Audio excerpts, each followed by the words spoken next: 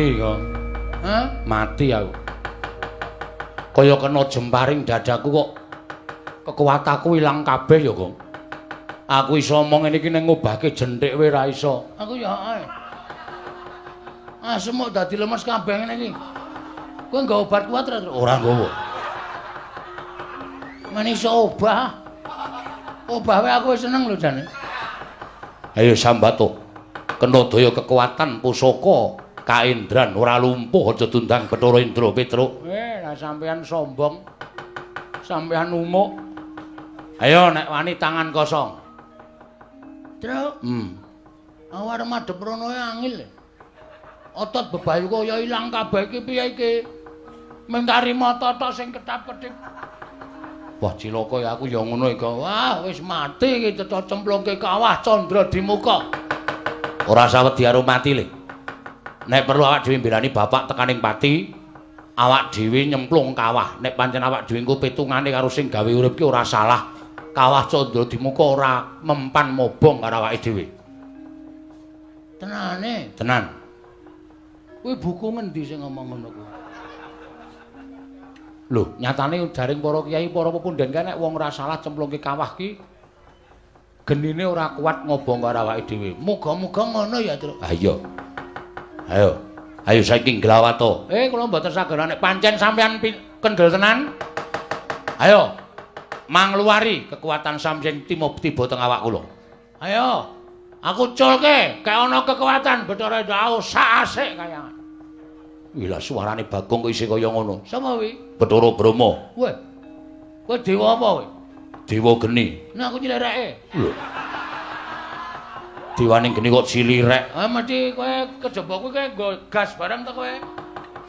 Wah, Bagong ki pancen omongane kok nganyelake.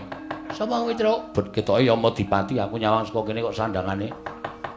Kae rasa kon melu-melu kok njabut nyawa cilaka, Truk. Ayo Sambato kowe ora iso glawat tak jabut nyawamu. Wis aja kesusu Yama Dipati nek ora mau dadi jabut ya. Bagong. Pancen cangkeme elek kok Bagong ora. Wis kowe ora iso glawat tak bondo tak mlak krincung sikilmu. Kowe tak bondo tak aturake wang pikulun Bathara Guru ki nampa pidana Petruk. Pun kula saniki wis ora iso apa-apa. Mang napake ora apa-apa. Truk. Kirim SMS karo Semar. Lho. Tanganku ora iso obah lho kok. HP iki ning sak ning ora iso obah. Nek iso aku kirim SMS karo bapak, "Pak, aku tulungono bapakmu sing munggah kayangan ngamuk." Piye ya carane iki? Ha wis sak pasrah wae iki ora iso piye-piye iki. Wah, cilaka tenan iki. Mati tenan awake dhewe. Ora usah nangis, ora usah nangis. Ora usah nangis dasmu. Anakku cilik-cilik. Anakku sing cilik dhewe iki lucu, Truk. Iki ngerti kaya ngene iki aku ora melu. Gong. Belani bapak iki diantepi rasa gembeng. Oh, cah jiri ora. Ora bojomu ora ya isih to, ora ya dopeni bojomu to. Gareng urip, Truk. Lah ngopo? Ora ngerti to. Gareng ki seneng karo bojoku. Oh, berarti lek nangis ki wis melang nek bojomu dipek gareng. Ora apa-apa men gareng men kecingkrangan uripe. Nguripi bojo siji wae rekoso kok arep bojone loro aneh-aneh ora. Wis diantepi atine. Oke. Semangat. Semangat.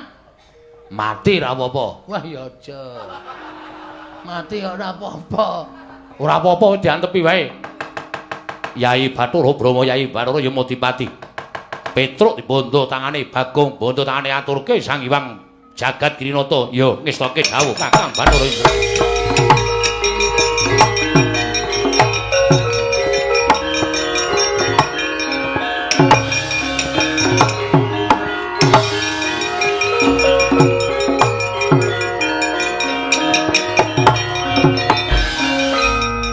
Bagong ya dibondo. Iya. Dibondo digawa ning ngarepe Sang Hyang Bathara Guru. Wah, mati dening aku. Ayo nglelengo saiki. Ora ngleleng. Ora wani ngleleng dudu Bagong. Wah, rangket tanganmu tak krincung sikilmu, lebokke paku jarane. Ora. Ngandel ora. Modar kowe. Arep aku wis ngene iki ora iso mbales wae. Kapokmu kapan wong aku bar mangan pongge pirang-pirang. Ora setup ngono. Waduh. Mulek-mulek ya. Buyer. Ora antute kok turun bapakne. Ayo, kapokmu kapan kowe? Waduh. Dirangket wis ora wae. Kowe wae sing ngrangket Bathara Indra. Kon ngrangket Bagong kok ora gelem. Kok kaya tembakan lho. Iki keistimewa aku nang kene iki. Iki termasuk pusakaku e. Ngampet ambegan Bagong diboyong ngarepe Iwak Turun Bathara Guru.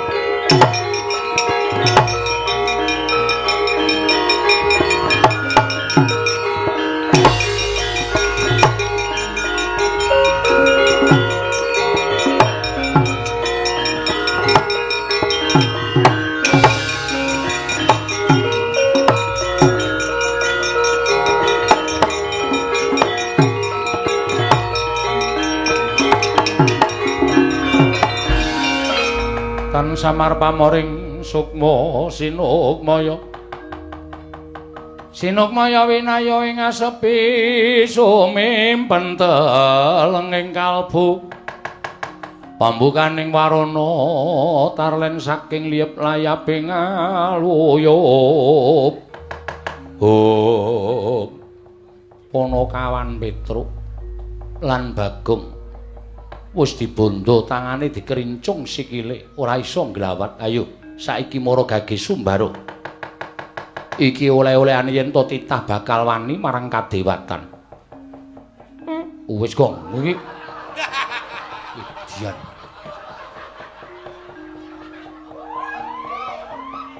Bathara Indra wonten dawuh pukulun kok ora mbok plothot wetenge ing ngatasé ning Bale Marti Kundha manik. Asem aku mampu dhewe, Truk. Mumet aku. Salahe ora. Edan kok kowe iki ora. Wis pokoke mumpung arep mati tak entek-entekke. Ndak engko malah dadi sangu malah ora prayoga. Kita bakal ulun cemplungke ning kawah Candra Dimuka. Mboten wedi, kula mboten ajri. Mang cemplungke teng kawah Candra. Cemplungke saiki. Nyakit kowe. Licik kowe Bathara Guru. Nek pancen wani ayo aku balekno kekuatanku kaya mau. Obrabrik tenan kaya. Aku ora wedi lho Bathara Brahma, Bathara Indra, Bathara Yama, Dipati. Ora wedi kabeh aku. Ning caramu ora kaya ngene iki lho. Gong. Ora kuat heru kok. Oh. Tak kira nek Bathara Guru. Ayo balekno kekuatanku. Nek pancen kowe wani, balekno, ora wedi karo sapa-sapa aku. Sampeyan ora maringake gamelan Lokananta, tetep kula kali Bagong ajeng ngamuk teng Kahyangan Suralaya. Tetep kula ajeng ngamuk. Kita nadyan sumbar kaya ngapa ora bakal bisa nglawat. Sumbaro petak aciya-ciya. Wah, basa Korea bareng. Apa, Gong? Basa Korea. Petak aciya-ciya. Iki basa sastra Jawa iki bidalang biyen iki sok muni Sumbara petak aci-aci ngono kae. Tan ciang-ciung. Ciang bulu cuek-cuek ciang-ciung. Median ora. Bathara Indra kula wonten paring adhawuh. Aja nganti digawe macak. Kowe terus arep dipacak ora. Kuwi basa Jawa iki. Panakawan sak karone iki cemplungna ning kawah Candra Dimuka. Terus wis to meneng. Santai. Santai piye? Mati tenan iki, Tru. Pokoke pasrah, ikhlas karo pasrah. Oh, alah. Ora mulih tenan iki aku, Tru. Wis ora ketemu karo sayangku. Waduh. Sapa? Bebek. Waduh. Bojomu bebek, bebek senengmu. Bebek kok, bebek. Oh ayo. Bathara Indra cemplungna ning Kacandra Dimuka niki ngestakaken dawuh. Nanging pukulun ora usah dadak sira wani tambuh. Perkara iki ulun ingkang bakal nanggung perkarane mati dening aku Punakawan Petruk.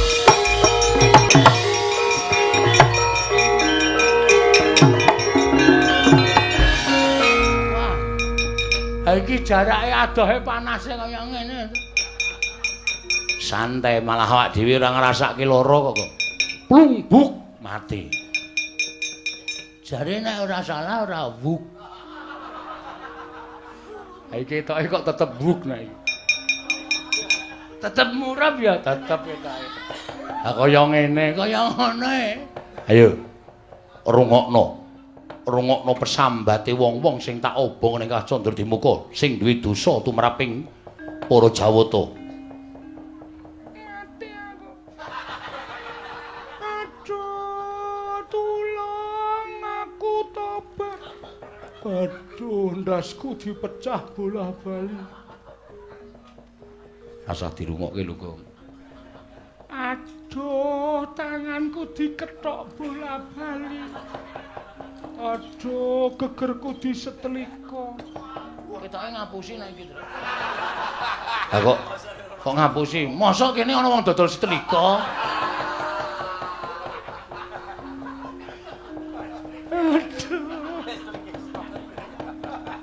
Aduh. Nggon aku ditombak dadaku. Aduh, nggon aku ditombak bola-bali. Aduh, ditombak. Dudut meneh ditombak. Nganti raja-raja, aduh. Rasa dirungokke lho, Gong. Wah, aku saya suwe saya tratapane, Tru. Kuwi mbok cangkeme do kon meneng, Tru. Aku iki sukma sing dipala sing diajar kok kon meneng piye ora? Mati dening aku. Punakawan Petruk cemplung ning Kacandra Dimuka. Petruk sik mawon. Iya. Kowe sik ya, Tru.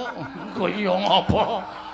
Bakal ya wong loro kok aku sik. Aku kan ndelok lemu ngolet-ngolet e. Ngolet-ngolet kena geni modar ora mati dening aku.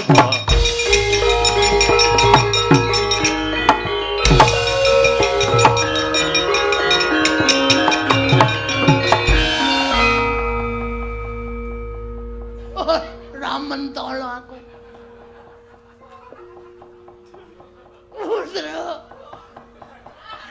Petruk. Bareng kobong kok rambutmu mabuk. Kok pindhole mabuk. Ayo sambato bapa ngakoso Ibu Mertiwi.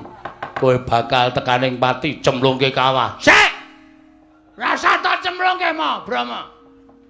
Petruk wis kebacut tak cemplungke. Aku rasa tak cemplungke, aku tak nyemplung dhewe. Nyemplungo. Tulung kula troke kathraku. Kok dadak nyosok nyemplung telesan.